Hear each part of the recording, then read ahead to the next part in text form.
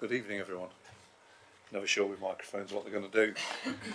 I think Laura still wants us to use the microphones tonight, don't you, Laura? So, okay. So if you can remember, please, to switch them on. That'd be appreciative because they are recorded. Happy New Year to everyone. Welcome. I hope you're all enjoyed Christmas and are keen to partake in our meeting tonight. Item 1 is apologies for absence. Apologies from Councillor Mayles, and the substitute is Councillor Longley, and there's also apologies from Councillor Longley and Councillor Malander, but there's no substitutes. Okay. I left a message this morning, or an email, to say that Councillor Greenwood couldn't substitute because she was taken ill overnight, and Councillor Buckle's substituting for Councillor Mayles. Sorry, Yeah. didn't make it clear, obviously. Yeah, sorry. Thank you, Martin, for substituting. Thank you, Jean. Item 2 is any declarations of interest? No. Thank you. Item 3 is minutes of the meeting held on the 16th of October, which you all have a copy. I'm happy to propose the true record. You want to second that? Will do. Okay. Seconded. Thank you very much. They're approved. You will note that there's an action sheet at the back from the previous meeting on the minutes, and you should have received an email yesterday. I believe it was yesterday, Laura, wasn't it? Yeah, with the actions from that meeting, and there was also a spreadsheet regarding Metropolitan stroke the new housing company. I did write it down, I can't remember now. Metropolitan Thames Valley. Thames Valley, that's it, thank you. With their spreadsheet of when their visits are in your particular areas. So I hope everybody's got that. So we move to item 4, which is a review of Platform Housing Group, which was formerly Waterloo Housing. And I think, Donna, you'd like to say a few words to introduce it, please. And I'd like to welcome, is it Jeff Plant? That's right, yes. Yeah, welcome to our meeting. Thank you. Thank you, Chairman. So the report will provide members an opportunity to review the partnership with Platform Housing Group, which you'll better know as Waterloo Housing, who are the second largest provider of affordable housing in the borough. And the partnership was last scrutinised by this group in January 2018, and the work of the partnership was endorsed. So Waterloo Housing Group and Fortis Living recently came together to form Platform Housing Group, but I will let Jeff expand on that in his presentation. But locally, De Montfort Housing Association, they continue to own and manage properties in Rushcliffe, and that's more to do with the housing register choice-based lettings, the lettings side of it. But I think it's probably fair to say one of the key benefits of the partnership has been and continues to be the delivery of rural affordable housing. And to assist that, the council, ourselves, Midlands Rural Housing and Waterloo Housing developed the Trent Valley Partnership back in 2005, and that's been successful in meeting local housing need through the delivery of 7 affordable housing sites, and we've completed 53 affordable housing units across the borough on various rural sites. During the last year, the partnership's been exploring further opportunities for exception site developments, and that has been at Gotham, where we've identified a site, and there was a recent exhibition at Gotham, and that was to confirm local housing needs, so that's progressing well. And a further potential site at Flintham has been identified, and we've reached agreement with the parish council to undertake a housing needs survey there. But of course, exception sites, I mean, they are very difficult to bring forward and take quite some time. But in Rushcliffe, we only progress exception site development with the support of the parish council. Whilst that's very good, there is a risk in that delivery of future exception sites obviously requires that continued support for us to enable to continue to meet rural housing need. There's probably some potential impact on the Rural Exception Site programme from the local plan too, due to further housing allocations. So you'll probably get some parishes that would have been supportive of rural exception sites a bit more hesitant because of allocations coming through via the local plan part 2. But I think it's important to note that through the local plan part 2, any affordable housing meets borough-wide needs, whereas with an exception site development, priority through the section 106 is given to local people, and that's the important difference there.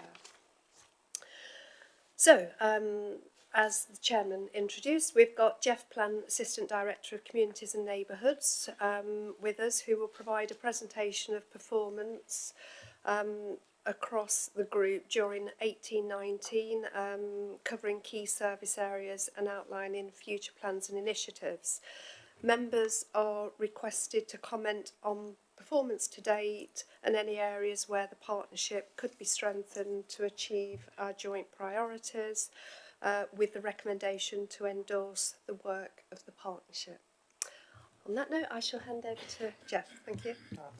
Thank you, Donna. So yeah, by way of intro, I'm Jeff Plant. I'm the Assistant Director for Communities and Neighbourhoods. So my role essentially involves looking after the tenants and the estates once they've moved in, and I manage a number of teams that oversee that function along with our customer engagement service as well. So I think the first thing to deal with is the name situation. So over the last year, we've gone through a number of governance changes. So Donna mentioned there in the introduction around the title of De Montfort Housing Society.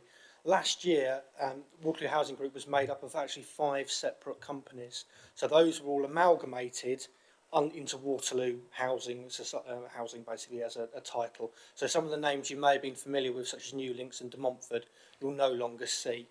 Then in October, we merged with Fortis Living, who are a Worcester-based housing association, and we've now created an organisation that manages around about 45,000 homes, servicing 120,000 customers and over 1,200 staff as well. So obviously in terms of scale, that's increased our span quite significantly, as well as our turnover up to around about 230 million. So positively, since October as well, we've also achieved some funding in the form of £71.8 million from Homes England to start an extra 1,800 homes. So the main benefits we're looking for from the merger are the sort of 3 separate areas really. So firstly, as part of the business case, we evaluated that we could build around about an extra 500 homes per year joined together, more than we could separately. So our development programme will deliver around about 2,000 homes per year across all of our operating areas, obviously depending on where sites come available, land availability, etc.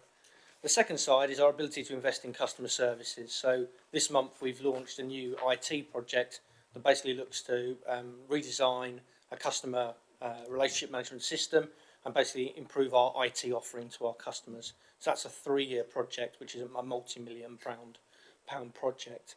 We'll also be investing significant amounts of capital back into our existing stock, and obviously in light of the social housing green paper, that's very important in terms of the proposal for a revised decent home standard. So there's benefits to customers, from very, very early on in the partnership. The other area which we're looking to explore is that Fortis have a separate commercial company as part of their structure called Fortis Property Care, which essentially deliver all of their repair service in-house, as well as for a number of local housing associations close to Fortis, Rooftop being an example. So one of the things we're looking at as a sort of medium to long-term plan is bringing some of our services back in-house that we previously contracted out. So at the moment we're looking at grounds maintenance and cleaning as coming back into house in some of the areas where that's feasible. But like I said, that is a long-term plan, because obviously you need the infrastructure to be able to deliver that successfully. This meeting is actually on quite an apt day in the sense we've today announced our new chief executive, because Dave Pickering is retiring in June of next year, and Guy, who is the chief executive of Fortis Living, actually retires in March. So we have Ian Wardle joining us from 13 Group, which are a 34,000 property association based in the North East. So he's joining us in mid-April. We've gone through a process of appointing a new executive team because 2 of our executive team from Waterloo side have retired, and and that's now in place along with the tier below that, which is myself essentially. So we've got senior management in place, up and running, and we're currently working for an extensive integration plan to bring the two organisations together. Certainly in the initial stages, our plan is we'll be operating largely as separate organisations. I think one of the things we've got to consider with an organisation of this scale is that we can rush things and sort of that can create operational issues. So we're very clear on taking a measured approach to how we integrate, gradually bringing those teams together, because there are some differences in the way we operate, particularly around some of our operating systems. So that's the position, but really it is business as usual for the current time. You will see the name platform start to emerge more as time goes on, but for the time being, we're retaining the brand, certainly for our customers of Waterloo and Fortis Living. I should have said at the outset, I'm happy to take questions as we go along if anybody wants to interject and ask anything. There's no problem there. So, Jeff, can I just ask, 45,000 homes there, Yes. how does that break down into the number of homes in Rushcliffe? I've got that covered slightly later in the presentation. But Let's do it then. Yeah, so we've got 289 general needs homes in Rushcliffe and around about, I think, 67 independent living, 87 independent living off the top of my head. Oh, there we go, 368 units. Immediately, the next slide. So, in terms of our rent performance, we've actually had a really good year in terms of our rent performance, in terms of the figures coming down. So, our end of year target is we aim to have no more than 2.6% of our annual debit in arrears. And that's at year end, end of March, which is sort of the best point. At the moment, we're running at around about 5.68% in the Rushcliffe area, which sounds high, but bearing in mind our arrears is cyclical, and that figure was taken in November, which historically is our worst month. So it sort of goes up and then it comes down gradually over time. Positively, 210 households have no arrears whatsoever, and the average arrears has been 178. Where we have started to innovate within our rent service is around more use of technology and automation. So what we found is that we've been trying to basically channel shift people towards more digital means. So our customer portal is most used for rent inquiries, and at the moment we've got around about 9,000 people registered on our customer portal. Increasingly we're using auto dialing and text message to communicate with customers, although we have quite clear rules around our auto dialing because we don't want to harass our customers unnecessarily. But certainly that's been a really good tool in terms of contacting people. Positively, we've had no evictions in 2018 in the Rushcliffe area, and we continue with our rent officer surgery, so customers have access to somebody who can assist them with their rent account, although that's now dropped down in frequency because we just weren't getting the attendance. One of the things we've introduced, and I'll cover it a little bit with welfare reform, is that we've introduced a new team, which is the rent support team. So particularly around universal credit, we recognised there was a need for a dedicated resource, particularly to help people through that transitional point. And that's been really useful in terms of some positive outcomes, certainly around providing sort of financial capability advice, budgeting, access to funding, and maybe benefits that people weren't aware that they were eligible for. And then we also have some contracts in place with external agencies who can provide independent advice if it needs to get to the debt advice stage. So in terms of universal credit, I think it's probably worth saying that obviously full service only went live in October 2018, and our experience is largely that you see a very, very slow shift, and then around a couple of months in, 6 to 8 weeks in, then you see an influx of cases coming into us. One of the things that's a little bit of an area for concern occasionally is that we don't always get notified by the DWP when somebody transitions onto universal credit. So sometimes we have to pick that up through obviously changes in the way the rent account's managed, or the tenant telling us directly. So sometimes that means that if we need to provide support, that there can be a little bit of a delay in that if we don't get that notification from the DWP. What we've tended to find in terms of the profile of the arrears is that we see it when somebody transitions onto universal credit, there's a sharp spike, and as you can see there, the average arrears around about £790. And then the increase in arrears being £556. That figure is around about a 6-week period of rent for most people, which is the same waiting period for the first claim to come through. But what we tend to find is, although it can be quite slow, people generally recover from that. So the trajectory is a sharp increase and then a dip, and then it sort of tapers off back to normal operating levels. Worth pointing out as well that the figures can be slightly skewed because the people who are more likely to transition onto universal credit are likely to be those who already have some existing arrears anyway. So those figures may be slightly higher because there's already some arrear in place, and a change of circumstances, for example, has triggered that transition onto universal credit. And I think that's really read by the fact that that 29% who have seen an increase in arrears are the ones where there's an element of concern for ourselves. In Rushcliffe, like I said, we're in very early stages, four cases, so it's really too early to see a trend there. But we've still got our internal welfare reform working group. That's led by Marion Duffy, who's our exec director, and that meets on a roughly 6-week basis to review the current position and see what other things we can put in place, whether that's around payment methods, advice, whether there's information we need to give out to our customers, etc. And that's been a very effective tool for monitoring the performance in that area. I'll move on to voluntary right to buy. We received an influx of applications when the ballot closed, and around about 66% of people who applied to the ballot ended up getting allocated a reference number to be able to apply for the voluntary right to buy. In Rushcliffe, we've actually only had one application submitted, although there was 5 households who would have been eligible to apply for the voluntary right to buy. Now, under our policy, as Donna's mentioned there, a lot of our sites are rural exception. So under our voluntary right to buy policy, we exclude a lot of our rural exception sites and any sites which have a 106 agreement on them or restrictive covenants. So actually, that one household that's applied for voluntary right to buy, they're not eligible to buy the property they're in. So they've got the option to port that discount to another property. So at the moment, we're looking at whether there's other properties available for them. Typically, our experience has been is that people don't want to port their discount because they want to buy the property they're living in, which is sort of the drive behind it. So we are not seeing a great number of people wanting to port the discount if that's not eligible. Excuse me, so why can't they buy the property there? So because it's a pilot, basically the government allowed us to set restrictions around which properties were eligible. One part of the guidance was that some sites have restrictive covenants around them which prevent them being sold. So 106 sites, I mean, they can't be sold in that way. Rural exception sites, particularly for that where there's high demand, it was felt it was better not to sell those properties because they're more difficult to replace. There are lots of other restrictions, certainly in terms of adaptations. If there's clawback requirements from a local authority in the event of their sale, and also any independent living schemes are also excluded. It's only general needs properties. So it's just so happens that they're in a property that meets one of those requirements where there's an exclusion essentially, which means they can't buy it. But they are eligible to apply that to another property, equivalent property, which is eligible. It's obviously just the availability of that where for somewhere they want to move to, essentially.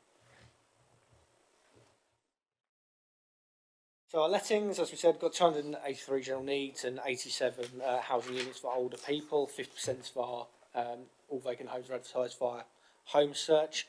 Our turnover in the area is 7%, which is just below our average. Our average turnover is around about 8%, so that's sort of very much average there. And 12 at Epperson Court. Our sort of main area of concern is Epperson Court being an independent living scheme. Typically, we get higher turnover there. But at the present time, we're finding lots of issues with demand for those properties. So, as an example, we had 3 properties come up, which went through 10 applicants, 41 applicants, and 33 applicants until they were successfully let. So, when we drilled down into the reasons for that, I mean, there was a wide array. Common reasons included they'd already been rehoused. They'd moved into some sort of supported accommodation, in some cases residential care, or they'd changed their mind and they'd prefer a bungalow was actually quite a common reason. So definitely seems to be demand for bungalows in this sort of setup. So 8 lets, unfortunately, only went through Home Search, which was 35%, but obviously we work closely with Rushcliffe communicating around those issues before we try and let those properties via other routes. Our predominant other method of letting is via Homes Direct, which is a West Midlands-based choice-based lettings process. So that still matches people based on needs. So we make sure that people are eligible and meet all our charitable status requirements, etc.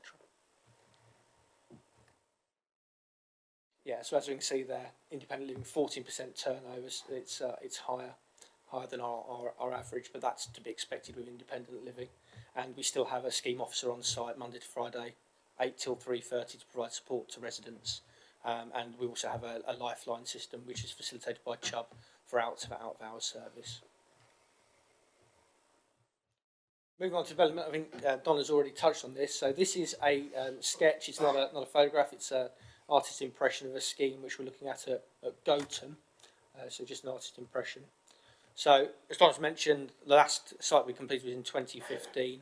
And we're now looking at two sites. So one at Gotham. We've managed to secure the site Nottingham Road, which we're really pleased about, and currently going through determining what numbers of properties will be built and negotiating with the landowner as well. And then we've got the 5 units coming over at Barstone Cumlanger with outline planning permission from January this year, and hoping to move on with that as soon as possible. So it's good to start to see some development work, because I know we had a little bit of a lull where there wasn't too much occurring. In terms of our stock improvement and responsive repairs, like I said, we have a relatively small stock holding, but we have made some improvements. For example, we're starting to plan for a new communal gas system at Epperstone Court, which will drive down electric bills and gas bills as well for our customers, which I think is really important. Energy efficiency is certainly something that remains high on our radar in terms of how we equip our properties, and we're looking at doing that via funding via the Warm Home programme, which we've had great success with over a number of years in terms of the funding we've achieved from that. We also completed the kitchen refurbishment programme at Epperstone Court where that was needed as well. So we've invested into our stock. So I know last time I attended, the contact centre was relatively new in terms of its format. So we made some changes to our contact centre. I mentioned before around sort of more digital options. So we've not removed staff. Our staffing levels are at the sort of the highest they've been. As you can see, we're answering in per year around about 175,000 calls, which is a considerable volume. But what we are doing is adding extra options for people to contact us. So in November last year, we launched web chat, so it allows people to log on and chat to us in that sense. And that's something that we haven't promoted particularly actively, as sort of a soft launch. We have seen a great uptake in that, which has been really, really positive to see, because it allows people to get information very, very quickly. And if they need information, we can even email it to them at the time of the conversation. So there's no cost to the resident there in terms of waiting times on calls, etc. And I mentioned before, our portal has seen a large uptake in traffic. Like I said, 554 service messages received, but that doesn't account for the people who are logging on to report their own repairs or view their rent account. Those sort of calls for service. And our average answer speed remains, solidly just under or just over 1 minute 50. So people aren't waiting a long time. Our complaints, we've made a change to our complaints procedure. I think one of the things that we noticed was that our complaints procedure at times was quite bureaucratic previously. We offered a 3-stage process. So stage 1 would get reviewed by a manager, stage 2 by a head of service, and stage 3 by a director or an assistant director. What we decided to do is we'd be more sensitive to expressions of dissatisfaction, which in our experience could turn into complaints. So we had 740 expressions of dissatisfaction. Those get referred into officer level, and we've given the officers more responsibility for resolving those complaints, but also more tools to do so. So we've made some changes to our compensation policy, so officers are able to resolve issues and spend a little bit of money if that's what's needed to resolve an issue earlier on in the process, which prevents that escalation through the sort of the tiers. We have had a number of cases go to the Ombudsman, but none of those have been upheld. So throughout, the Ombudsman has always found in our favour.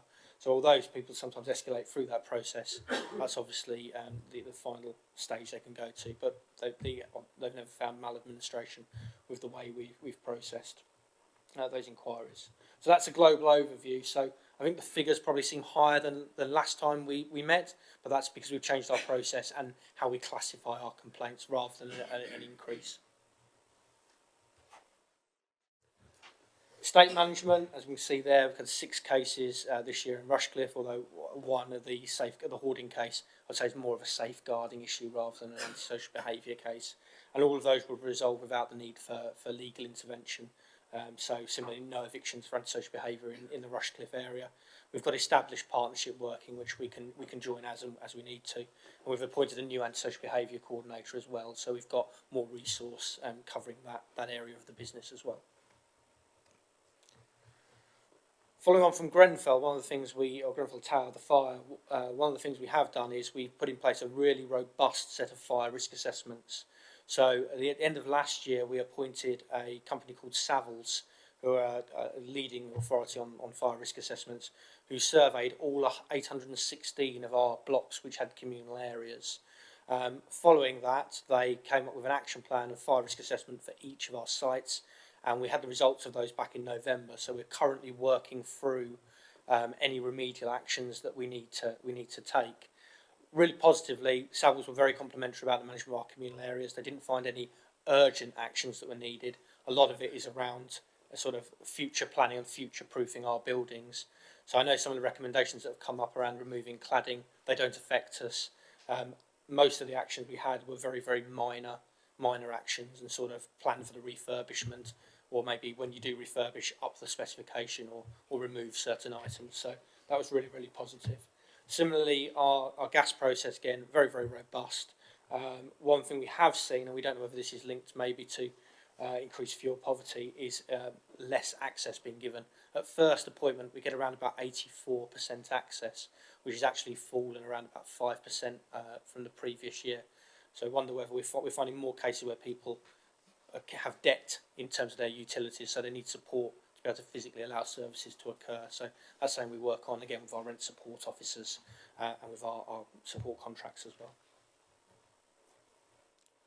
So I know that was a whistle-stop tour, so I'm happy to take any questions that you may have. Thank you very much. Very interesting. A lot of facts presented to us all in one go. You've answered 3 of my questions already, so that shortens the meeting just by a little bit. But I open it to the floor. Any questions from members? Yes, Jean. Jeff, thank you very much for that. It was very informative. I know there was only one case of hoarding, but I saw a programme over the holiday period, I think. It can be horrendous, can't it? And it's usually some sort of mental condition that makes them do it. So how do you cope with them to try and prevent it happening again? Yeah. One of the things that's really positive is around about 2 years ago, hoarding was actually reclassified as a mental health condition, which is helpful because it allows us to bring in other agencies. In terms of preventing it happening again, I think it really depends on the individual situation. And one of the unfortunate things about hoarding is often it has to reach a crisis point before you recognise it, because typically you have access issues or people not making contact. Really, our approach is around making sure that specialist agencies come in and people have got a support package around them as necessary. There have been cases where we've provided additional support, for example, with physically clearing properties, where either the individual's not been able to do that. We had quite a bad case where somebody had newspapers dating back to 1983, which was quite a journey through history, but that's not so good next to a free bar fire. So it's really about identifying those properties and then working with the agencies. In terms of ourselves, I think really it's a flag and identify and then pass on and then monitor as necessarily. We haven't actually ever taken action against anybody formally through the tenancy on the result of hoarding, although that is a possibility if there's sort of repeated transgressions. It just occurs to me that if they're hoarding to that degree, are they putting any bins out for local authority? Again, that's a good way of identifying it, because yeah, absolutely, that in some cases that doesn't occur, depending on how extreme that hoarding is. Fortunately, extreme cases don't come about that often. In my career, which is 15 years, I think I've had 3 or 4 really bad cases, but I'm sure it's a hidden problem. Thanks, Jean. Martin. Thanks, Jeff. Can I make sure I understand the process from the customer point of view? If someone's looking for a house in Rushcliffe, does that person need to look in more than one place or just one place on the system, and it points towards platform, points towards metropolitan, or are there multiple gateways they need to work to? No, so our properties, the answer is all of our properties will go via Rushcliffe in the first instance. Right. So if you're a customer looking for housing, Rushcliffe is your first port of call. If we've exhausted what Rushcliffe can provide to us, then we will advertise in other locations such as Homes Direct. And if we have properties that we've gone through a number of cycles and we've not managed to let, we'll advertise them directly on our website. So there is that option, but Rushcliffe will always get the first look at that property. Okay. Supplementary, I think it may have been on second or third slide there, of the 1,800 new homes to be developed in the next 3 years from the new homes monies. I think you mentioned the two particular sites there. How many new dwellings does that net down to for Rushcliffe? So there's 5 agreed on one site, and then the other one is pending numbers currently. So, but it's be single digits rather than double digits. I would most imagine. likely. I would imagine so. Yeah. Right. Yeah. From our side, Donna mentioned it. Obviously, there's the support from parish councils, and land availability, I think, has been historically the issue. But our development team are actively looking for land to develop on, because we've obviously been very successful via our bid for funding. Our main benefit of our merger was the increased financial strength, so we have the capital ability to develop. So if there's sites that are a potential, we will happily look at those sites. Okay. And I know that we're talking here about platform tonight, not all of the housing providers within Rushcliffe, but from your perspective, from platform's perspective, how would you describe the balance between supply and demand for Rushcliffe? I think it's slightly skewed by our stock profile. Certainly for independent living, we've got undersupply of customers. In terms of general needs, generally, I think it really varies. I mean, I'll probably defer to Donna on that in terms of statistics. Yeah, general needs housing, basically there never is enough in terms of affordable housing. So we've got constantly around 500 people on the housing register. So any general needs properties that come through, we would be fairly confident of letting. Clearly there is an issue sometimes with the sheltered type accommodation, independent living. There's less demand, but we've got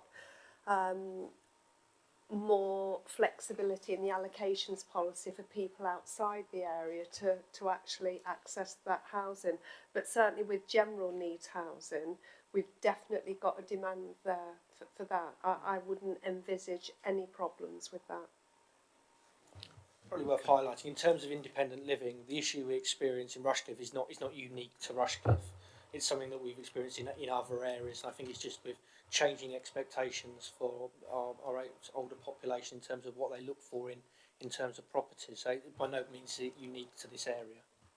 And what I would say on that is any new developments come through, when we are negotiating housing for older persons, our starting point is to try to meet aspirations. So we always start by trying to negotiate bungalows, but of course that has an impact on the viability appraisal, more land uptake, etc. So we get into quite challenging conversations with developers, and of course when you're looking at a Section 106 site, a developer only needs to meet housing needs for that particular group. So if a developer can argue that actually that person's needs can be met via a flat, then we've not really got much of a leg to stand on, because but we do come back and say, well, it's not just about needs, it's about aspirations, and that will hopefully have a cascade effect on freeing up other social housing if they then move out of a house that they're under occupying. So we do try that, but it is a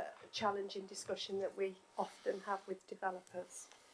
Thanks. I'm going to bring David in. He wanted to come in on the Thank you, Chairman. So just building on Councillor Buckle's point, I was interested to know whether or not, as part of the new organisation, the relative priority that Rushcliffe as an area might be in terms of platform, and are we somewhere where we might see platform aiming to increase its position and how many properties we've got, and possibly look to increase the number of properties you've got in the portfolio holder through the Section 106 arrangements and bidding for that. Is that something you think with the new organisation we might see more of? Yeah, I mean, in terms of our stock, obviously we've got properties in a number of neighbouring areas, so Rushcliffe is certainly a good fit with our management, so I'd see no reason why not. I said we do have a new chief executive coming in who may well decide to change our strategy, but in principle, I see no reason. And like I said, we've had a good relationship for a number of years. We enjoy working with you. We'd like to work more with you. So I see no reason why that shouldn't continue. I'd just like to add on that. So Waterloo, we do know, do make bids on some of the new sites coming through, but it is quite a competitive process. So that sometimes comes down to some of their internal metrics that feed into viability. So I suppose it will be interesting to see how some of those internal metrics work when they're putting bids in for sites, because obviously they're competing against other registered providers. And the benefit for Waterloo, as it is Metropolitan Thames Valley, is if they've got existing local management services, then that's definitely a positive in terms of moving forward. So certainly when we're looking at new sites and interest from registered providers, I can concur that Waterloo are active, but it will be interesting to see how that merger affects future bids moving forward. Thanks, Donna. Councillor Plant. Just a couple of questions, really. One, you mentioned earlier in your presentation about taking services back in-house, and I just wondered sort of what, well, in terms of what you actually do provide in-house now and what you were looking at in the future. And the other thing is that you've mentioned that in terms of independent living, that is unsubscribed. I mean, I go to Epperson Court quite a lot, so I would agree with that. But there is certainly a demand for extra care housing. So I was just wondering whether you have any thoughts of going that way. Okay, so 2 points. On the extra care, as Waterloo, the last extra care scheme we did was around about 4 years ago, which is a scheme called Barratt Court, which is in Skegness. Since then, we haven't done any extra care, although we do have 2 extra care villages currently being developed in our Worcestershire stock area. So it is something that we would consider, and you are absolutely right. We do see high levels of demand for those properties. In terms of bringing the services in-house, at the moment we have a little bit of a mixed portfolio. So, and that's partly as a consequence of the series of mergers that we've gone through. So in Lincolnshire we have our own in-house repairs workforce, as we do in Worcestershire, as we do in our Derbyshire Dales Matlock areas. But in our other areas, so Leicestershire, Nottinghamshire, across the West Midlands, we use contractors for all of our repair services. And for all of the Waterloo areas, we use contractors for our cleaning and our grounds maintenance. Now, certainly one of the benefits of merging with Fortis is they offer all of their repairs in-house, and they subcontract out around about 20%, but that's really to deal with capacity fluctuations, in terms so that they don't have to constantly recruit staff and then remove staff, etc. So one of the things we're looking at, particularly in the West Midlands and then spanning across, is bringing our grounds maintenance in-house. It's probably one of our services which our residents value the most. It's probably one where, if we're honest in terms of where we provide it in-house or contractors, the margins in terms of what it will cost are getting closer and closer. So from our point of view, we'd prefer to have the control, be able to offer a more tailored service rather than go via an intermediary. But that is, like I said, that's a long-term aim, because really we have got a strong base in Worcester, but it's around about the infrastructure, because of the scale of the group needs to be put in place and obviously costed out. So we're at very, very early stages of that.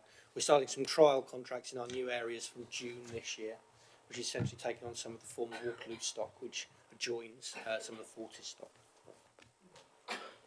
Okay. Yep. St Luke's Court isn't you, is that No. that's Metropolitans, isn't it? So which court? St Luke's Court. Yes, I think Yeah. so. I will. Good. Okay, thank you. Yes, Jim? Yep. It's not really Jeff's, I'm sorry. Microphone. It's for Donna. In the report 5.1.2, it says that there's doubt over future new homes bonus payments, and it might, to paraphrase, it might be resolved in the new local government financial settlement. 5.1.2. Sorry, I'm just Sorry getting if it has been clarified. Yeah, you're just on that, Chairman. We don't know yet. We're still waiting for more details and information about the future of No Homes Bonus, but obviously it's something of great interest, and I know Peter Linfield's monitoring it very closely. Thanks, David. Sarah, you wanted to come and... With your older properties, I understand obviously you've been building quite a lot in the recent years, but with your older properties, do you have a refurbishment programme for bathrooms and kitchens? We a few years ago we moved away from a process where we would replace bathrooms on a cyclical basis of sort of 15 years or set intervals. We now operate a just-in-time process. So essentially we'll go out and we'll replace it as it needs replacing. We do have certain programmes where we know that they're getting to the end of a serviceable life, where we will tackle an area and we'll refurbish it. But with our average tenancy length, normally it's done when properties come empty, just because it so happens it seems to coincide fairly well with sort of the time people naturally move on. Thank you. And my other query was, you mentioned about your gas policy. Now, can you explain that a bit more? Because does that mean that all the residents will get their gas from the same provider at a particularly good rate, or...? No, so the gas policy was in terms of our enforcement where access isn't allowed. But on the affordability side, one thing we do use is we use for new tenants a service called British Gas Void Care. So one of the things that came up as an issue was that when somebody was moving into a property, they could come in and then maybe there was debt from the previous tenant or issues setting up the account. Now, when we receive notification of somebody's leaving, there's a slight cooling off period, and then essentially when the new tenant moves in, they're automatically on a fresh account with British Gas, and they can have services right from the offset, which is obviously particularly important for vulnerable tenants if they need heating. We wouldn't want to leave obviously people with any issues like that, and they do get a slightly better deal as a consequence of that. So are they able to individually, sort of most people do a sort of contract for a year or 18 months, can they themselves decide to go through, Yes. let's say, U-Switch? Absolutely, yeah, absolutely. better deal? We just found for sort of management purposes, going on to one provider was easier, and it's easier for the Yes. tenant coming in, but they can move in on day one and decide to switch on day two, and there's no problem with that at all. Great, thank you. Thank you, Sarah. Any other questions from members? Well, thank you very much, Jeff. Thank you for a very interesting presentation. Thank you. It's my first year on the committee, and I've not had the privilege of seeing yourself and our other providers of housing, so it's been very interesting. Yeah. As I say, I did read the papers and I did have some questions lined up, but as you've already answered them without me asking, don't think I wasn't interested in what was happening. But thank you for coming and thank you for your time. Thank you for your time. Thank you.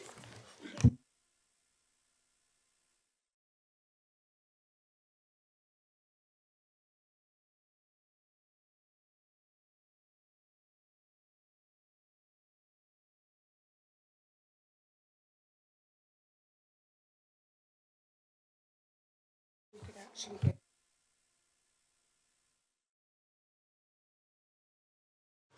I think it's a technological break.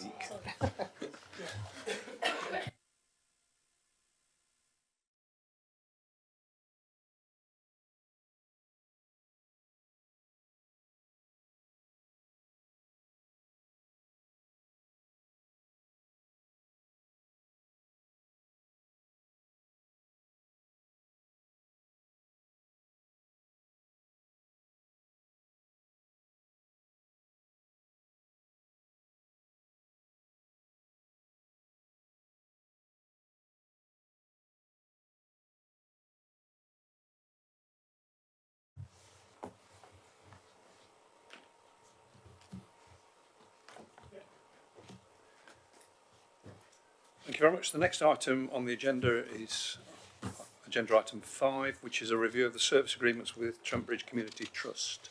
Derek, would you like to say a few words of introduction, please? Yeah, And welcome to you.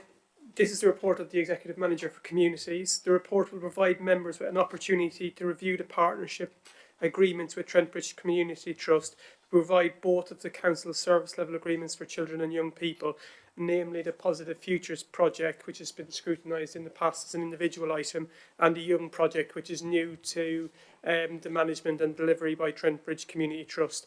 Representatives from the Trust will provide a presentation to members on the performance period covering 2017-18. across the key service level agreement performance indicators on both SLAs and outline future plans and initiatives. Mark Clifford will give an overview presentation.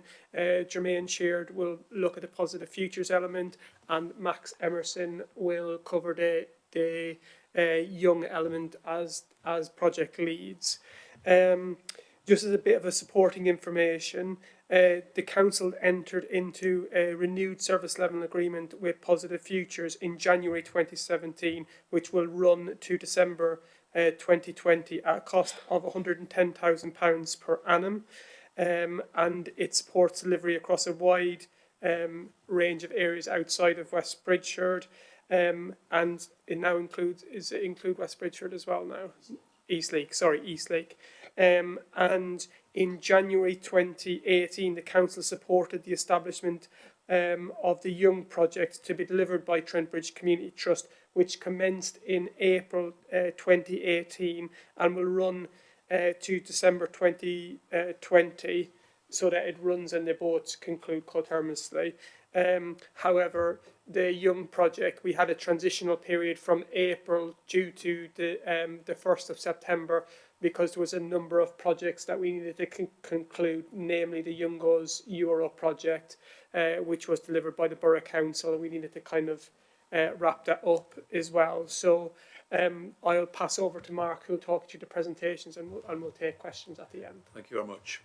Could you use the microphones for us as well, please, if you wouldn't mind? Thank you. Save Laura telling me off after. Yeah, no problem. Thank you. Welcome to the meeting. Thank you. I'm happy to take questions, all of us, as we go along. So please feel free. So I just thought I'd start the evening off just giving you an insight into what our team currently looks like. We've got Tim Everington, who's joined us at the back there, who's the Finance and Development Director. And obviously this time last year when I came and presented to the group, I think there's only 4 of us. So taking Young on board, it's enabled us to grow, and hopefully through this presentation you'll see how that benefits not just Positive Futures and young people, it benefits all young people across Rushcliffe that we come into contact with. And there was one of our recent team meetings, I thought it would be good to put a few names to a few faces for you. So there's lots of reasons for us to be excited coming into 2019 for us, especially with the team being complete now. We have new projects, and I think it's important again just to set the tone as to where we are. So Young obviously sits in within the trust and is funded, as does Positive Futures. The Ready for Work, that deals with the unemployment aspect, the NEAT element of the SLA. Forget Me Not sits within the Trent Bridge Community Trust as well. That is a dementia and Alzheimer's project, as does the Trent Bridge Classroom. The reason I thought it's important for us to recognise what sits within the trust is because that enables our young people to interact with lots of different project work, lots of cross-project work. We're going to talk about the ambassadors being involved in the Forget Me Nots programme. So we're getting lots of intergenerational type work going on as well, which we feel is really important for our communities. We have a social media strategic plan currently being developed, which will ensure that we are promoting the work that we're being paid to do on behalf of Rushcliffe Borough Council, and we feel it's really important that the recognition is coming back to all partners involved. And we have a new website for the Trent Bridge Community Trust, but also for Young, which was part funded by Derek's team, but it was something that was needed. So again, that's something that Max will touch on a little bit later on. But hopefully by the back end of next week, if you'd like to find out more about what the Trent Bridge Community Trust does, you'll be able to go onto our website and get a lot more detail on that. So this evening, I'm going to do sport because Becky was unavailable. Jermaine's going to do the mentoring element. PF is Positive Future, so excuse us on that. And Young is Max. And then I'll just finish off with the Ready for Work. So over to me.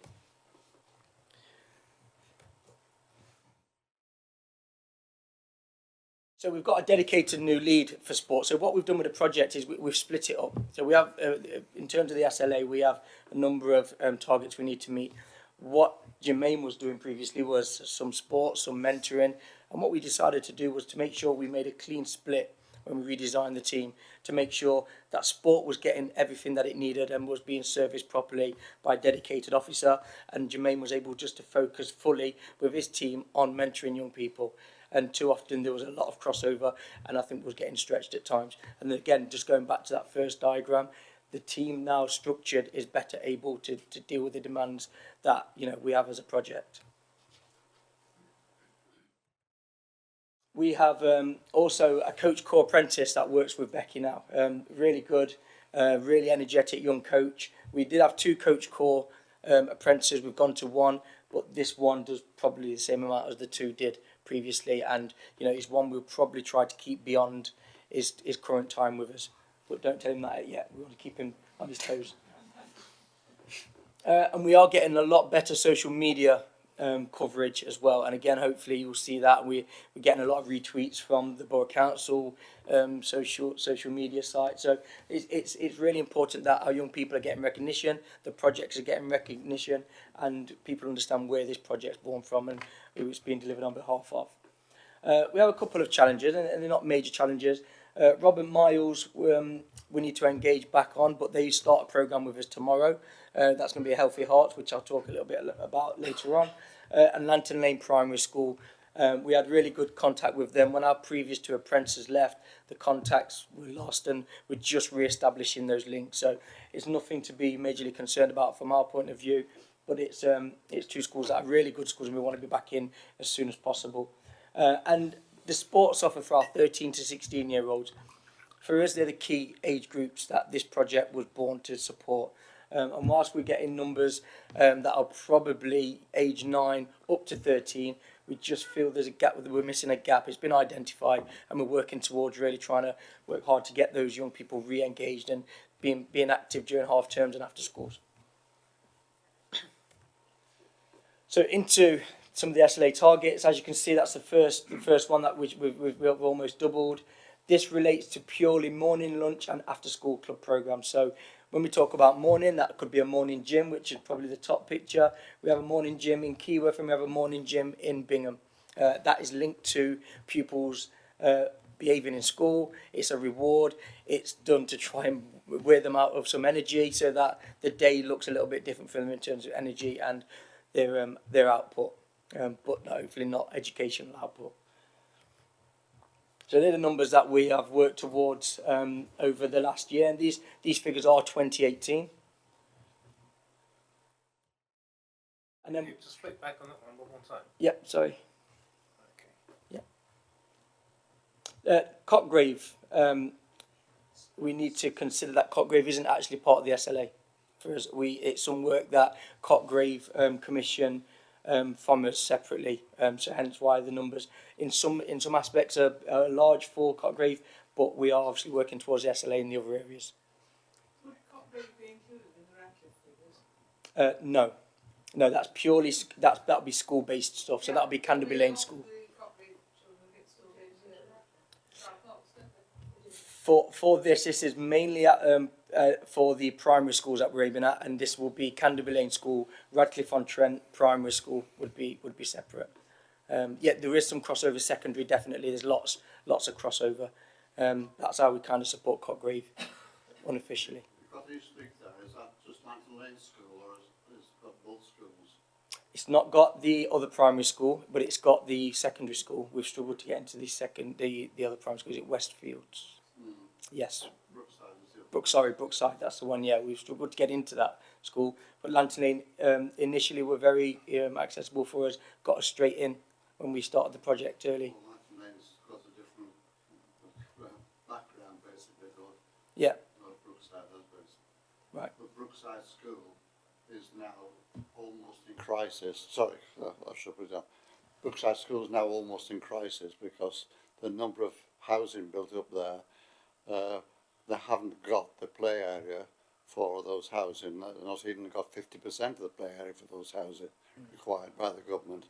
So they are in a bit of a crisis, and somebody like ourselves getting them involved and actually taking them off their patch into a different patch would greatly ease that problem with the primary school there, because it's just going through a crisis right now. Yeah, more than happy to try and re-engage with them, which I'll do over the next week or so. Well, if I can be any help, let me know. If we can, I'll come back to you on that. That'd be great. Looking at the list then of 5, the reason Runnington's not there is that it's out of scope, or there's no interest, or something else. It's never been part of our SLA. So Cotgrave was the initial project that Positive Futures was set up for. The extension included the other 4 areas, and Runnington's never been an area that they've asked us to look into or work in. So you've not been asked to look at it. Are you aware of any expression of interest coming out of Runnington?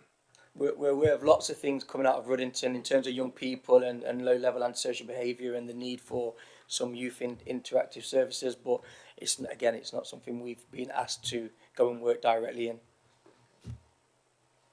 And that would be led by the Borough Council or people guiding us. I know from my position, because the contract that was signed back a couple of years ago, I was involved with as a cabinet member, and it was expanding it. We couldn't expand it in a vast manner quickly, and Eastleek took the priority over Ruddington because of the issues.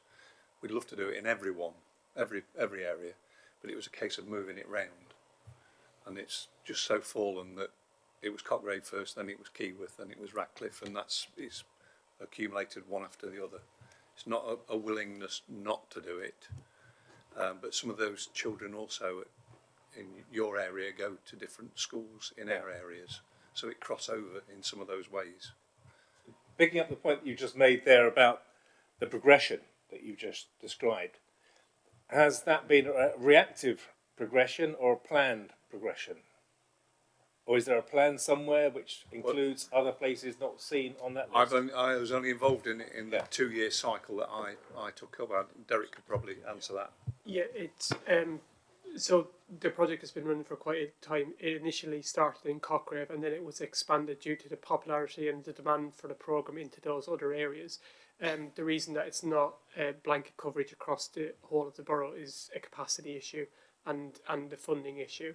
But it is something that I'm quite happy to take back, because we can adjust the SLA accordingly. But it is something that I'd have to speak to the executive manager for communities and then. But we have focused on in a lot of the demand in the secondary school areas because of that target, the 13 to 16-year-olds. There is a lot of delivery in the primary schools because of the demand and the needs for services. So it leads back to that Ruddington not having a secondary school within the catchment area. So if not at this juncture, because we need to leave you to get on through the rest of the presentation, can I put a marker down that we need to come back?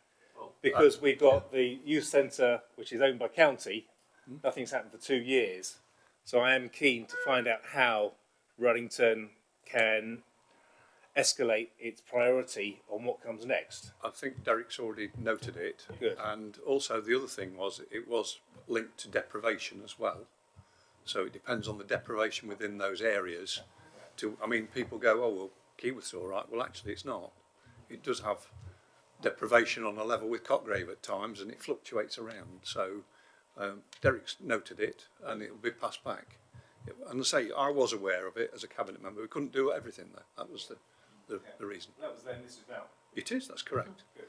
Liz, did you want to come in with the point? Just as we're on this slide, then. My question is really, what did you base your yearly target on, as you've obviously doubled it? I mean, was that based on sort of last year, so therefore it was less last year? I mean, it just seems there's a huge difference in what your target was and what your delivery is. I mean, on a positive side, but I'm just wondering whether the target is perhaps a bit under. You see what I mean? I think the target was set on previous delivery prior to the January 2017 start, and the delivery then was different. The team was different. We had less staff. So as the project's grown, we've been able to pick up more and more work. I think that's kind of reflected in that figure. So next year's target presumably will be higher. It certainly shouldn't be any smaller, no. Again, we want to work. We're trying to say we want to stay within quality rather than just kind of getting people through. We want to have meaningful relationships with young people that we can then build to if we need to develop them further on down the line with any sort of mentoring.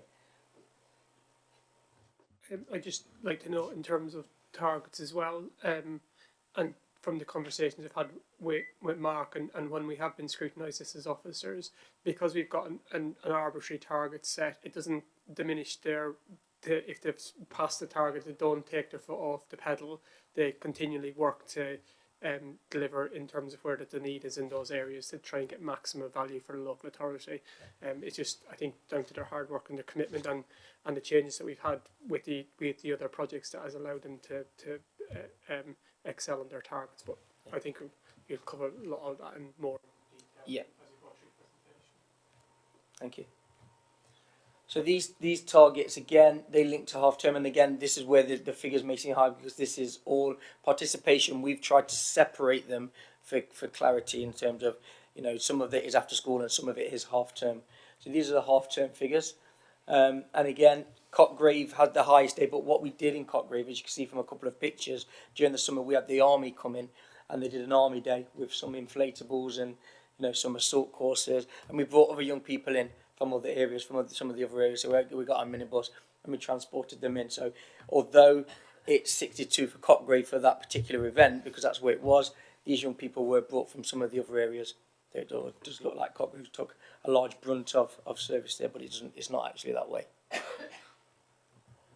So school PE support, it's not actually in the SLA, but our coach corps apprentices need somewhere to go and learn to become coaches. So it's only right that they go and work within the primary schools to go and, one, build up a relationship, two, get to know some of our staff, so that transfers into half-term programmes, after-school clubs, etc. Our coaches get to work with other coaches, and that's how they become. The coach corps guys are young coaches themselves, so it's all about them learning their trade. So although it's not a requirement for us to work in the primary schools, it's essential for our coaches are getting the opportunities to coach in a safe, secure environment, which they can then go and coach in, you know, after school clubs and half terms, where the young people have probably a little bit less structure, need a bit more management. So we have cross area engagement, and this is basically us bringing young people together from all the areas. The reason that we have only 2 areas that have been used as venues, one is because is the venue, and 2, Cottgrave is pretty central for us to get young people to from all of the areas. We have a bigger scope of use for within a leisure centre and a primary school, and again we can ship young people in from different areas. We've got 1 minibus, so if we take 10 young people from an area, say Bingham, pick a few up on Radcliffe, get them to Cottgrave, go out to Eastleigh, bring some back from Keyworth, get them back to Cottgrave. So logistically it takes a long time, but again the team are dedicated to bringing young people together and they make the effort. So pretty much cross-area engagement is bringing young people together for competitions, and they get prizes and, you know, rewards for taking part. Just some additional stuff for, you know, attainment and good behaviour. We do a number of trips each year, and this kind of keeps the young people kind of coming to sessions and engaging with the team in a positive way, or just showing that they've made some kind of ground in their lessons in some way or in their life. So some of the additional support, and it's really hard to quantify some of this because we had the Trent Bridge Family Fun Day, which had 14,000 people attend, and we've seen probably 300 young people, but it could have been 800. We're just not sure. It certainly was no less than 300, and we had a constant flow of families and young people coming through all day. And this is just to give you a flavour of where our teams actually go and place themselves above and beyond what we actually expected to do for the SLA. As Derek said, we just go in that extra mile to make sure that we're visible and we're accessible, and we're supporting local community events, which I think is important for the local community as well.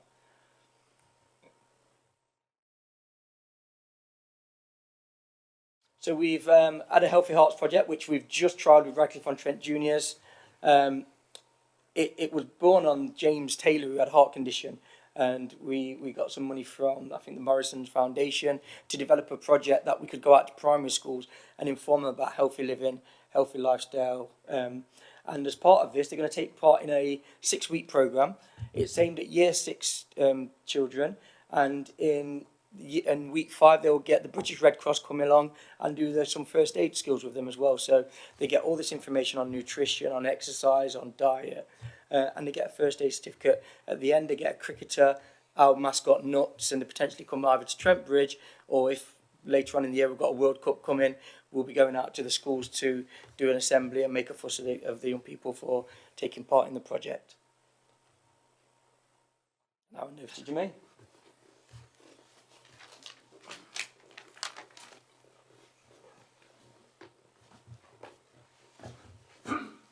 Hi all. So as Mark's alluded to, this year I've been allowed more scope to focus on the mentoring side rather than the mentoring and the support. So I'm just going to go through the figures. The target is 60 young people per year. We've worked with 64, and that's a breakdown of the numbers in each of the 4 schools we work at. As well as the behaviour support we're expected to work with within the schools, we're getting a lot more young people referred for emotional support. And I think we've been allowed the time now to really focus on building up support plans around happiness, motivation and resilience. As you can imagine, if a young person isn't feeling good, the school experience isn't going to be good. They're not going to achieve. As well as the referred young people from schools, we've started working with a number of young people not referred in the community, and these could be young people we've worked with in the past who still need and require our support. It could be young people we've met through projects who turn up for the sports sessions. It could be young people from group work we've been asked to do within the schools. We've got a case study of a young person next. Oh, apologies. So this is some of the support we focus on in school for young people. And as I mentioned, so we have a case study next. Now this was a young person who was asked to work with as part of a group session, and through building up a relationship with our project worker, we found out there was a number of issues that we felt compelled to kind of work with this young person with. And it's still ongoing now. We're trying to get extra support for the young person and the family. And it's, you know, it just goes to show that some young people go missing. They wasn't referred. The school wasn't aware of some of the problems, but it's only through building up the relationship.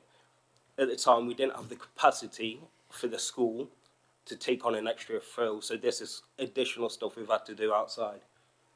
We're confident we're going to get some good outcomes for this young person, but like I say, it's still ongoing support we're giving.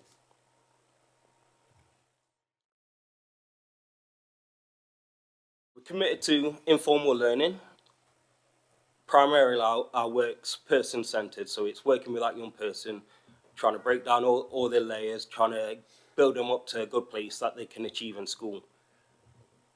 We try and foster that learning by doing accreditations. We mainly have delivered ASDAM, but this year we've planned Prince's Trust. It's a better model, it's a better accreditation package. We had a target of 60 accreditations, 47 we've delivered, but we have started 25 of the Prince's Trust. Now this is quite an in-depth accreditation package. You have to have 2 modules to get a certificate with Prince's Trust. The models we've chosen is personal development and interpersonal self-management skills. Prince's Trust requires 2 verification processes, internal and external. So we've realised this is quite a lengthy process to get a young person accredited, but it's a worthwhile exercise for that young person. They're going to learn so much from it. The certificates are better, the celebration's better for the young person. So it's something we've invested in, and I think this year we'll really start seeing the benefits for it.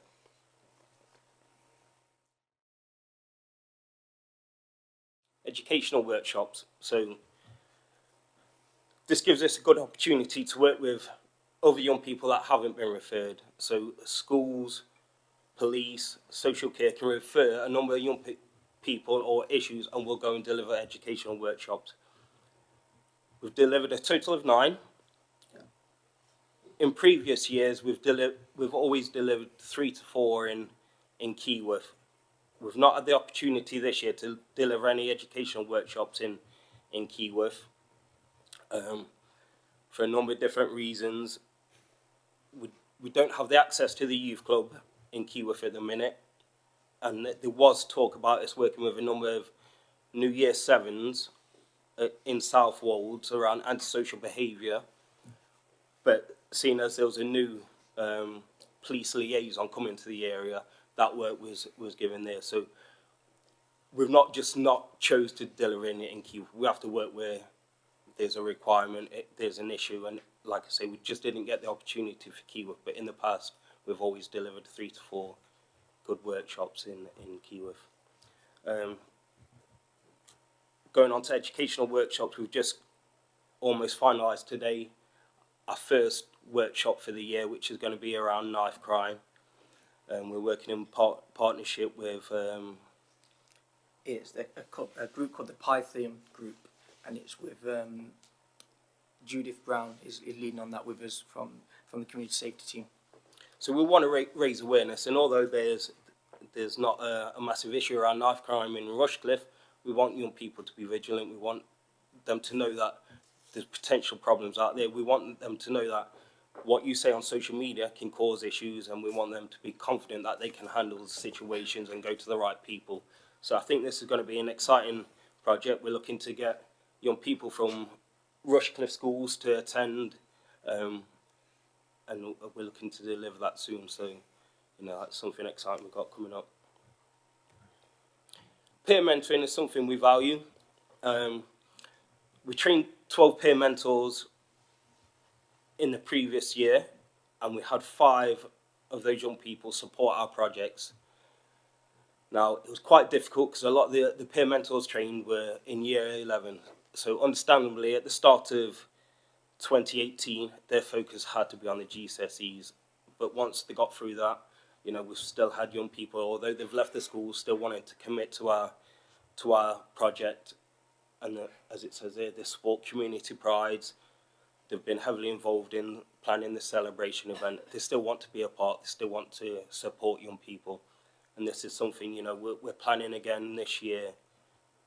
As every year, we want to make it bigger and better, and give, you know, young people a real good package that they can go into their schools, into their communities, and work with other young people. Community prides. Target 1 per area. We've delivered 5. They're getting harder and harder to deliver each year. Rushcliffe is a well-maintained area. We don't want young people just going out there to pick up litter. We want young people to feel valued, to take ownership in their communities. We just need good ideas to get young people involved. We do a mixture of different kind of projects. We don't want to do the same thing all the time, but you know, we're quite reliant on partners and community members to give us ideas for us to get young people motivated and get involved in. Residential, 1 per year. This year we took 14 young people to the Lake District. We did have a video about it, but we couldn't get it working. But took them out of the comfort zone, rock climbing, caving. I didn't do the caving.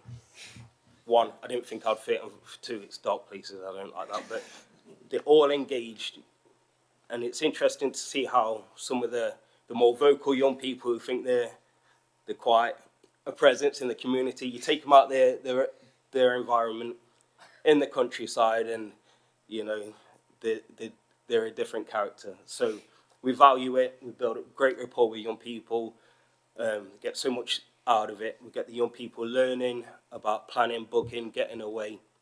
It's an invaluable bit of work we do. Celebration evening. Towards the end of the year, we like to get everyone together, so parents, schools, counsellors, anyone involved, and we want to make a fuss of young people. This year has probably been our best celebration event ever. And some of it is to do with the new members of the staff, but I personally believe we had so much involvement from young people in the planning, the hosting, performing, markets. It was a brilliant event, and to say we're celebrating young people, I think that did it perfectly. It says we had over 100 people attended. I personally think it's closer to 130. The room was packed. Young people was making money, young people was performing. It was a good way to end the year, I feel. I think that is me. Yep. Any questions before we move on to? Just to ask you or Mark, are you still having no access into the youth club at Keyworth? Yes and no. It is challenging at the moment, and I think we spoke previously, Councillor Cotty, about how we can try and resolve this situation and use some of these rooms that are empty that we were filling with young people previously. Okay, we'll have a chat with you later, or you know, next week or Yeah. later this week or whatever. Okay, thank you. Thank you, Max. Oh, it's me, isn't it? Yeah. So just before you sorry. go, there's one more question for you. If I could ask one question, and that was how long do the youngsters actually stay with you? I mean, you're talking about mentoring and Yeah. all the other things you're doing, which sounds brilliant. I mean, is this sort of open-ended, or is it sort of designed to be sort of for a year or 2 years, whatever? We work it on a needs basis. So initially we say we're going to work with a young person for half a term, and that's just so we can almost do a youth assessment, a needs assessment. The first thing we do is do a bit of work that's based on Maslow's hierarchy of needs. Mm-hmm. And some people settle quite well. They just, you know, if they've got a channel and an outlet to kind of speak, say their mind, you know, address any issues, within that half term, a young person could settle into school, may not be too much of a concern, or there's a pathway onto the sports projects where they still can liaise with our staff, but they don't need that ongoing mentoring. Other young people with support for pretty much the whole secondary school lifetime, and that's depending on how that young person is, the support around that young person, the needs, the issues. So we don't like to identify and say, you know, we're only going to work with you for 6 weeks, because some young people fluctuate. They may go off the project, they may come back on 6, 7, 8 months later. So it's all depend on the work we do, the needs of the young person, the communication we have with the schools. So every half term we have a review meeting about the young people we're supporting at the time, and then between us we decide if the support needs to be increased, decreased, or if that young person needs to be exited. So there's no real set pattern for the support we give. So if a young person hit a really sort of bumpy patch, would they know that they could actually come back and seek help from you? Yeah. To sort of smooth over that time. In the past, we've had to be careful about our support, because young people who have gone on to be referred to us, if they're getting better in school, they start worrying that if they're getting better, they're not going to see us. And this is why we have the links to the sports. You know, we take young people to the gym, so they still have access to our staff. But the main focus is we want them to be doing better in their communities and in the schools. So, you know, we always say we're here. We have a number of young people who will come over to our office, so they're not even referred, but they'll come and touch base with us. Now we're back over at Trent Bridge. We have an office where we can go and speak to young people outside of school. So we make it clear that our support, although it might be initially for the 6 weeks, the half a term, we want you to settle, but you'll still get access to our support as we can give it. Thank you. And I have one other query, and that was your community pride. You were sort of wanting ideas for suggestions for it. How about, we've heard Waterloo Housing a moment ago, which has now changed its name to Platform Housing. They say that they've got sort of gardens and whatnot. Would you think perhaps of some of the developments that they're overseeing in the borough? Might this just be a one-off thing, helping them garden for one day, let's say, if you want new ideas for community pride? Yeah, that's something that was already kind of in the pipeline with us working with Streetwise.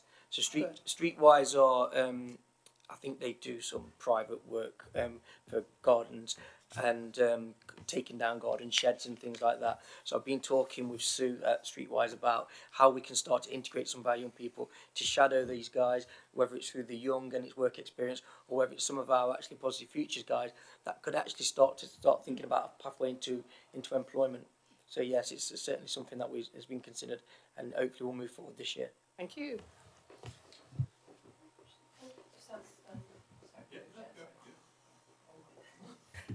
In terms of the mentoring, I mean, some of the issues you mentioned are really quite difficult issues for young people.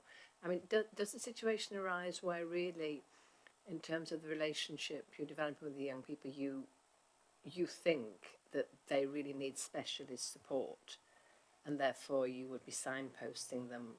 Yeah, somewhere 100%. else. You know, And how is that in terms of confidentiality with parents or school staff?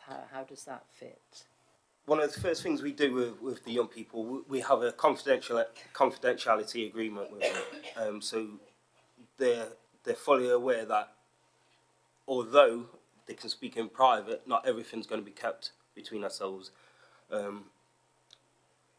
There's been a number of conversations I've had with a number of secondary schools about young people and their needs. That's gone on to kind of create a mass referral or referrals to CAMS or WAM. And some schools really value the fact that they're getting to find out information about young people that they haven't got the capacity to really spend their time to. So, you know we can't be all things to all people, and we value the services. It's just, you know, we're the bridge between the services. CAMS is quite difficult for a young person to go to, so I've gone to a number of appointments with young people. I'll sit and explain the process. So, you know, we will support as much as we can, but we can't do some of them specialist services. I only discovered last week that young people can actually self-refer now to CAMS, so that, you know, which is probably quite a difficult thing for a young person to do, but it's obviously very useful for you working with them. It is. Just for the purposes of a child and adolescent mental health services, so people in teenage years that are experiencing mental health difficulties. Sorry. Can I just add as well, we're just trying at the moment to start thinking about putting together a strategic group similar to the one we've got for young, which would see us connected with a number of professionals. So over the last year we've had our own consultancy social worker working with us, who's provided training but also valuable time for Jermaine in terms of him being able to discuss individuals and try and get the best way of talking the language of social workers to make sure that we're getting the right impact and the right things for our young people, because parents are sometimes hitting their head against a brick wall. We're not getting the referrals through, and it's about speaking the language of that professional. And so trying to get a head teacher involved so that we can have all the right people and with the right contacts to get us through doors easier and help our young people. We'll go back to your presentation if we can continue, because obviously it's just that I don't know how long your presentation is, so I don't want to tie us all up. They're all valid questions and we can ask them all at the end. But I'm just thinking if we can just move it on. No problem. I'm not trying to get rid of you or anything like that, so don't think it like that. So we're just going to talk about Young Project, and Max is going to take the bulk of the project, but I think, you know, the first slide kind of just reiterates what Derek said initially, so we won't spend too much time on it. But the interns that we got from April, that were supposed to stay from April to August, we pretty much only had them for a couple of months due to the Move Ahead and Stay Ahead programme, which are European Social Fund projects. That is a partnership with the Borough Council. So Move Ahead project is about getting people into work, and the Stay Ahead project is about working with businesses to upskill their staff, which hopefully creates some jobs, some entry-level jobs below them, or just makes their workforce a little bit more efficient. The Multiply event was held here, a very great event, and the Young Goes Euro event, which Derek told me today, got one of the best scores ever. So worthwhile projects, but what it meant was Young had to take a little bit of a staggered start, for want of a better description. What we've done, and one of the things we've identified with Young was that we wasn't going to get rid of the intern model, because we felt the project was being get to a nice place, and then it was having to start almost again. So we brought in Max, who's going to be out full time, and we say full time, he's going to be with us until the end of the project in 2020. But already, since Max has been with us in September, we've seen the growth of the project. We've seen how much more efficient the project can be. We've got an apprentice who's working to support Max, and hopefully Max will start to connect these external business links that have been lost over the years through the start and stop of the project. We have a strategic board, which the names at the bottom are all people that have agreed to be on there, and a little bit like I spoke about with the positive future stuff. This group is aimed to be door openers, to be getting us the right people to the right table. So quite a strong strategic board, and the first official meeting will take place in March.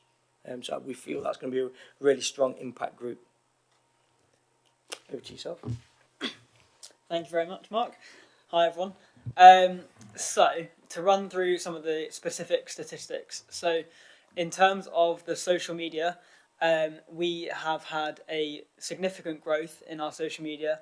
Overall, it's been a 23% growth, which I'd like to point out also the column on the right-hand side there is our aspirational target for the 1st of April. The service level agreement target is the stretch annual growth 20% down there.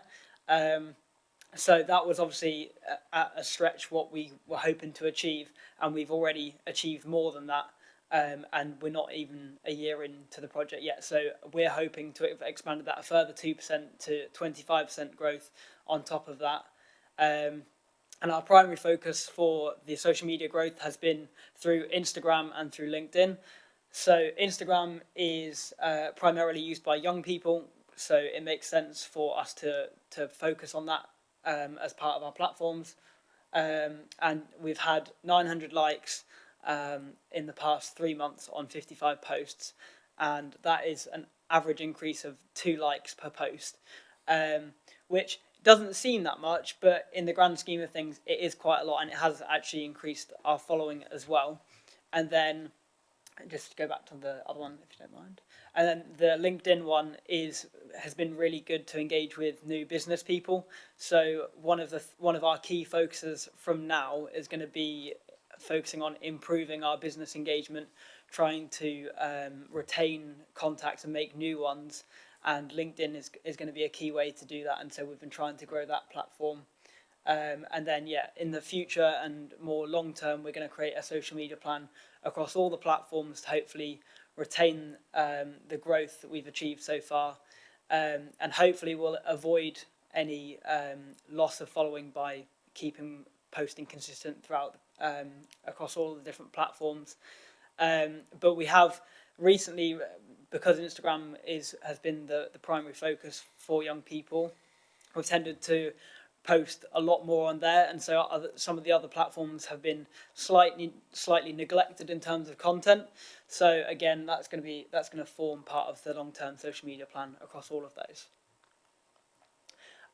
Also, as part of the improvements to the project, we have a completely new website, and it is a lot easier to use. The previous website was very, very difficult to edit anything from the back end, and the purpose of the new website is to make it easier so that, for example, I can edit the website to make it more fit for purpose and update it, and that's an ongoing process that is going to be improved, and all the forms and stuff are being improved. And another point to note is that before, quite a lot of the users that were accessing the site were from like the Middle East, which is not our primary demographic in Rushcliffe.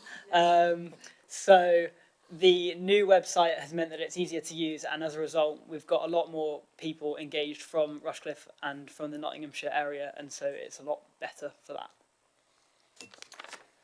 that. So, in terms of the work experience, this is one of our primary areas for focus, as I said. So you'll see on there that we haven't achieved any external firms. Now, at the moment, it does sound quite bad. However, as I said, I've only been in post since September, and since then we've had a number of different priorities. We had to, one of the primary focuses for me was on organising the young Christmas market in West Bridgford, and as I mentioned, as I'll cover in a later slide, we've also run a lot higher number of markets this year than in previous years, and so that's been a conflict of time. But we've also helped to organise the celebration event. However, as of this morning, we have 40 projected snapshot visits in place. We met with West Bridgford School, who said that they would love to have some snapshot visits at the start of March, one at Trent Bridge and one at Geoslam. And they've also said that they would like to have some other visits in the future. And yeah. So just to clarify what a snapshot visit, the premise of that is to give young people an understanding of all of the areas within a business. So, for example, if a young person was to be asked what happens at Trent Bridge Cricket Ground, 99% of them, unless they're really knowledgeable, would say just cricket. But the point of the snapshot is to get an understanding that there's a lot more than that. There's marketing, there's finance, there's catering, ground staff, all of that. And so the snapshot would take place over, say, a few hours, half a day, so it's not too onerous for employers either. And a group of young people, maybe 10, 15, 20 young people at a time, get a tour of the business, get to speak to loads of different people within that business, and the employers and employees get to tell their story on how they got there and hopefully inspire the young people, and then they get a bit more of an understanding than just cricket at Trent Bridge or council work. I don't know. There's a lot more to it, and that's the point of the snapshot. But at the moment we've got 4 different external snapshot partners, and we've got 2 internal, which is Trent Bridge and Rushcliffe Borough Council, and we're looking to expand that in the future. And we've got a number of external organisational partners in the pipeline as well. We've got 7 currently, and as I said, that's going to be our priority for the next couple of months, while we've got a kind of a lull in markets until the summer. So on markets, as I mentioned, we've had an unusually high number of markets this year, and this has been due to trying to expand our brand into wider geographical areas. So in the past, in previous years, we've tended to focus on West Bridgford and having a summer market and a Christmas market in West Bridgford. But as you can see, we've expanded that significantly this year with the Trent Bridge Fun Day, Radfest, and then also in Cockbrave, Bingham and Keyworth this Christmas.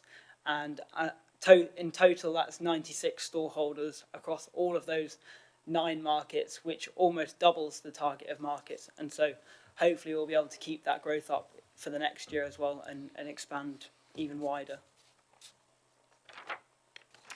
And then a case study for you. So Rowan was at Bingham Christmas Market, and it was her first time at a Christmas market and first time ever selling products or making products or anything, so she didn't know what to expect, and she was not that confident to begin with, didn't want to engage with customers, and didn't sell anything for the first hour, which can be very disheartening, I know. But then throughout it, I was trying to encourage her as well, and she started growing in confidence and started speaking to people, and eventually over the last 2 hours she made £50 profit, which is exceptional if you consider that she didn't make anything for the first hour, and then £50 in 2 hours is very, very good.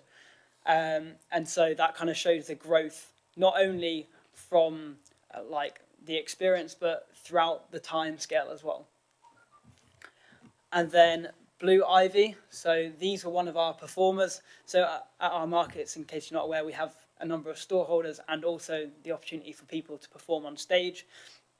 And these guys closed our West Bridgford Christmas market this year, and it was the first performance that they've done at one of our markets, and as a result of their excellent performance, they've been offered a supporting role on a tour coming up with a up-and-coming band who I can't name, apparently, so I know, so that's always good. But yeah, again, that just shows the kind of opportunities that can come as a result of these kind of events.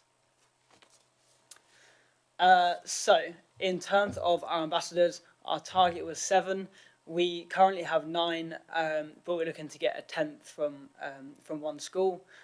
And the target of ambassador sessions is 32. So we meet weekly with our ambassadors and run a number of we've tried to make them a lot more employability focused, so that it gives them a bit more, well, they can learn more from it. They can gain like associated skills and that sort of thing from the sessions.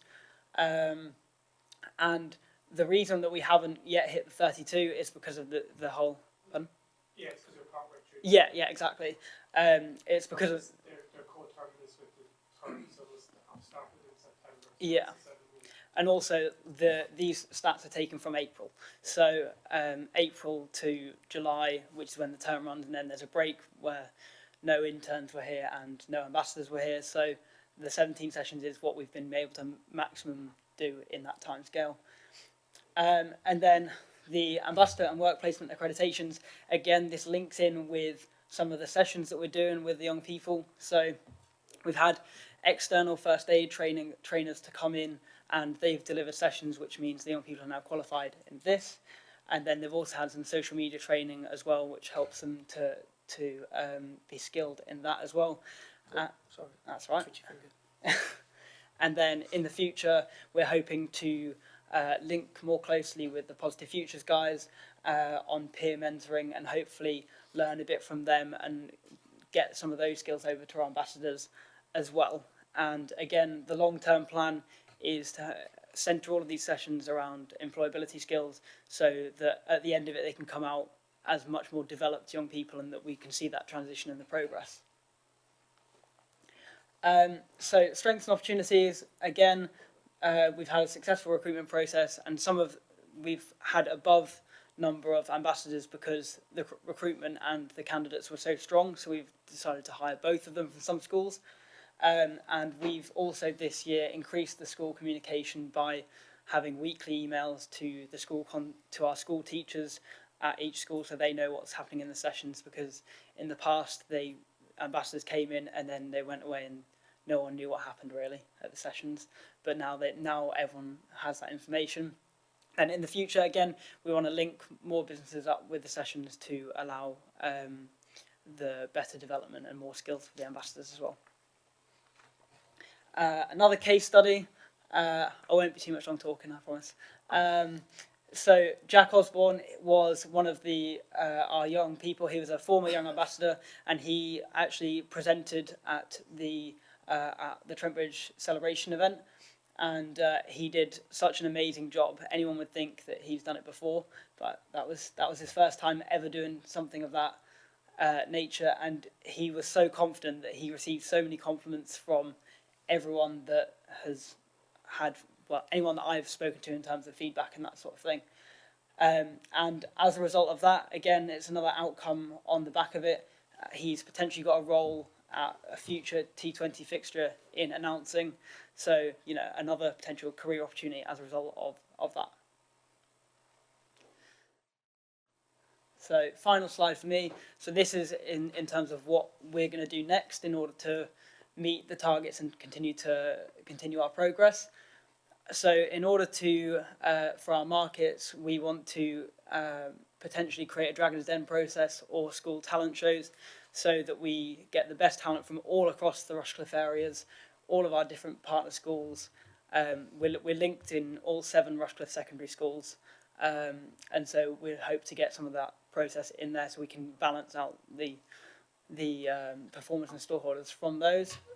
And then again, expand geographically our markets. And then social media, as I mentioned, have a long-term social media plan across all the platforms.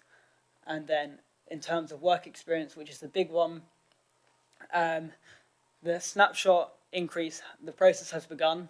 And as I said, we've got 2 provisional visits for March, and we're again going to increase that with the increasing number of partners, and when we get more schools involved and get dates from them.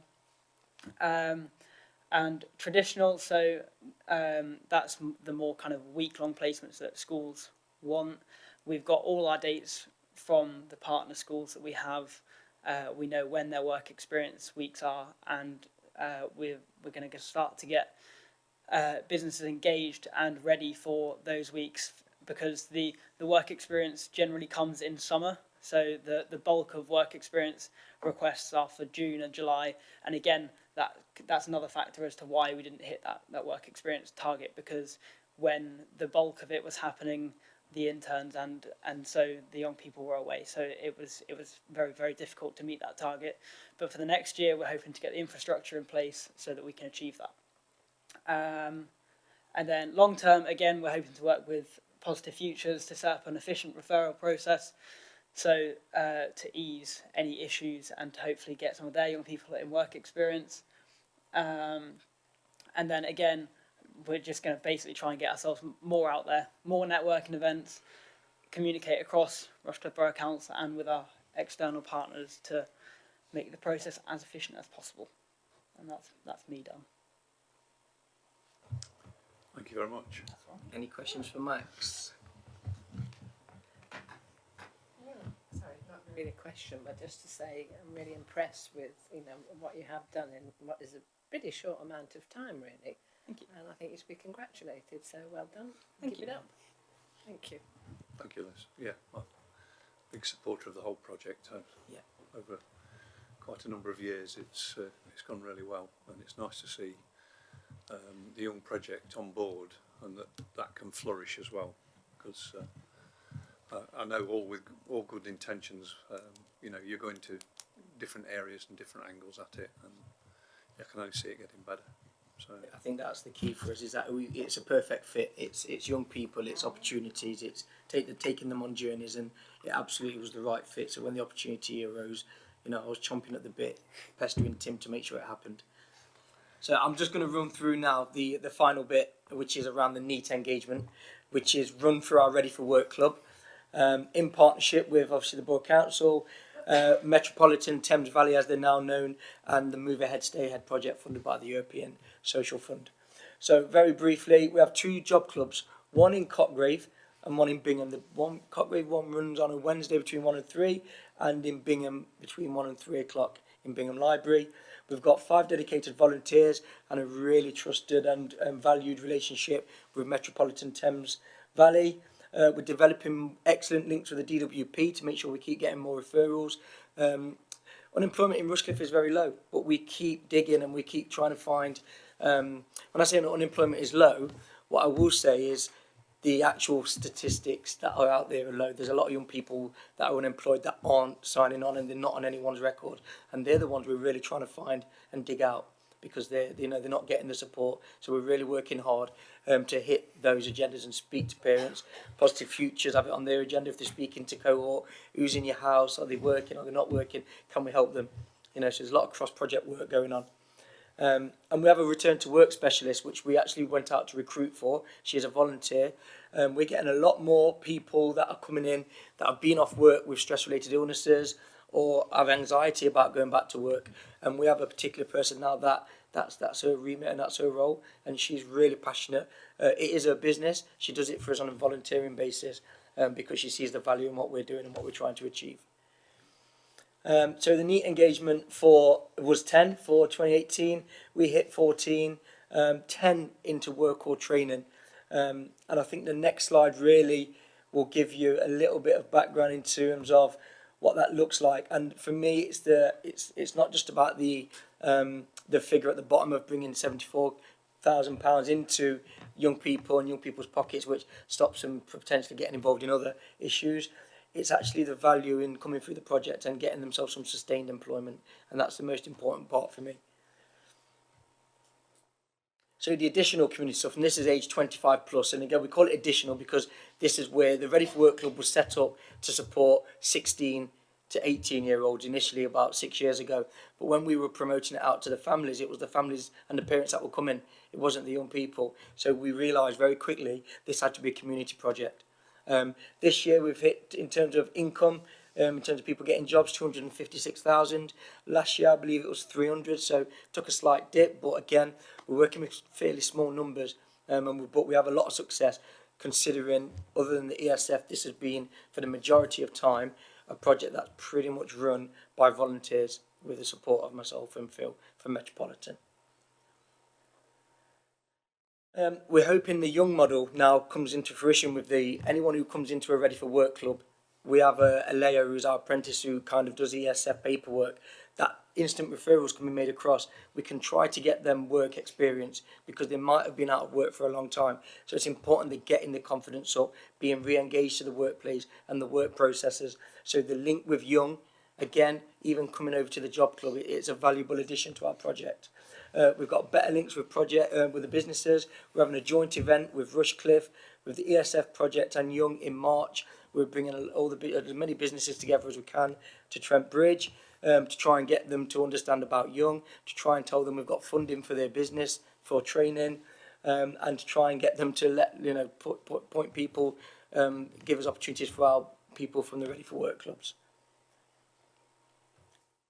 Talked about the targeted recruitment with Veronica, and we do engagement events. So with Michael Wisher, they do pretty much all the catering for large sporting venues, including Trent Bridge, Wembley. So we're trying to get them in to recruit because again, it's about getting people back into entry-level jobs. Streetwise have been in, and we're working with a lot of care homes who come and sit in the job clubs with us, and we promote that to try and get people to introduce them to employers, because that's the key thing. The interview process and the application process might be daunting. If we can try and remove some of that and introduce people to people, it seems to be working for us, and we continue to try and develop that as we go along. And we're still getting referrals from the DWP Job Centre Plus, not as many as we'd like, but it is working, and we spoke about that with Veronica. The majority of our promotion for the Ready for Work is Facebook. It's grown, it's almost over doubled in the last year. But as Max said, we're only hitting half of our demographic really. We want to try and use Instagram and Twitter to hit the younger generation. When young people are walking into the clubs and we ask them how they heard about us, their mum heard it or their dad heard it or someone heard it on Facebook. So we're trying to find new ways using sponsored posts potentially to get into young people's phones, because that's the way we're going to get them. We need to be at the end of their hand on their phones. I want to ask you one question. It's for Max, really. I want to know how you set a target on social media of Twitter at 1,127. Who came up with the figure? Was it Derek? Yeah, the target was based on the existing Twitter followers. So the Young project that has been running since 2012 had various different platforms that we had the the social media apprentices develop, and that was based on when we signed the SLA on the figures that was based on at that time. So it was about growing the social media across each platform, but really the ones that the young people are engaging with, which has turned out to be Instagram more so than anything else, really. Yeah, thank you. Thanks very much. Any other questions? No, just to say that I think the NEAT work is crucial work without a doubt, and I think in terms of young people, the longer they are out of work, the harder it's going to get them to. So, I mean, and it's just a recipe for disaster life-wise, really. We need to get them into work as soon as possible, get them ready for work, get them competent enough to actually go out there and have a go, really. So, well done and really good luck with that, because and I think that your point of that these are some of the young people that are not signing on. They're even more the most important ones that we need to reach, really. So well done and keep it up. Thank you. Thank you. We've got a recommendation, which is that members consider and make comments on the presentation made by Trent Bridge Community Trust and endorse the work of Positive Futures and the Young projects. Are we all happy to do that? Yes? Yeah, of course you can. Yeah. I would just like to say, as previous chairman of this committee, and having met Mark and his colleagues on several occasions now, right from the word go, they just bubble over with enthusiasm. And it's not been dimmed at all over the years, and I think it's absolutely brilliant. I think I said on a previous occasion, I don't know what your families think about it, because I don't suppose they see much of you, but I agree with you, Jean, and I have seen it because I've worked with Mark for quite a long period of time through the county council side of what I do, and they change lives. They do change lives for people, and I've seen it for myself. So, and I think we all have as well on some of the young people that have come forward. So, compliment you for what you do, and delivering the projects for Rushcliffe. Thank you very much. Okay, is there any other questions? Okay. Thank you very much. Thank you very Thank much, you. guys. Appreciate you coming. Cheers. And thank you, Tim, for the money.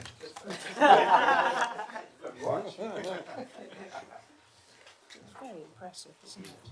Yes. Okay. Item 6 on the agenda is the work programme. David. Thank you, Chairman. So there's one meeting left of the current cycle, and that's on, as you can see there, on the 19th of March. We've got 2 items there provisionally on the agenda. That's the South Notts Community Safety Update. I think initially we're looking there at inviting Craig Berry along to talk about the new model for neighbourhood policing. So that's the current intention on that for that particular item. And then the second one is a new item, so it's an opportunity to scrutinise the partnership around the Grantham Canal with the Canal and Rivers Trust, of course, who maintain the towpath and the stretch of the Grantham Canal that's in Rushcliffe. And I recall we give them around £40,000 a year for that, so it'll be an opportunity to see what we get for that money. So, and I'm sure other points will be raised as well. So that's what we've got planned for the 19th of March. Okay, everybody happy with that? Okay, thank you very much, David. Okay, thank you. Thank you for your attendance and input tonight, and formally close the meeting. Thank you.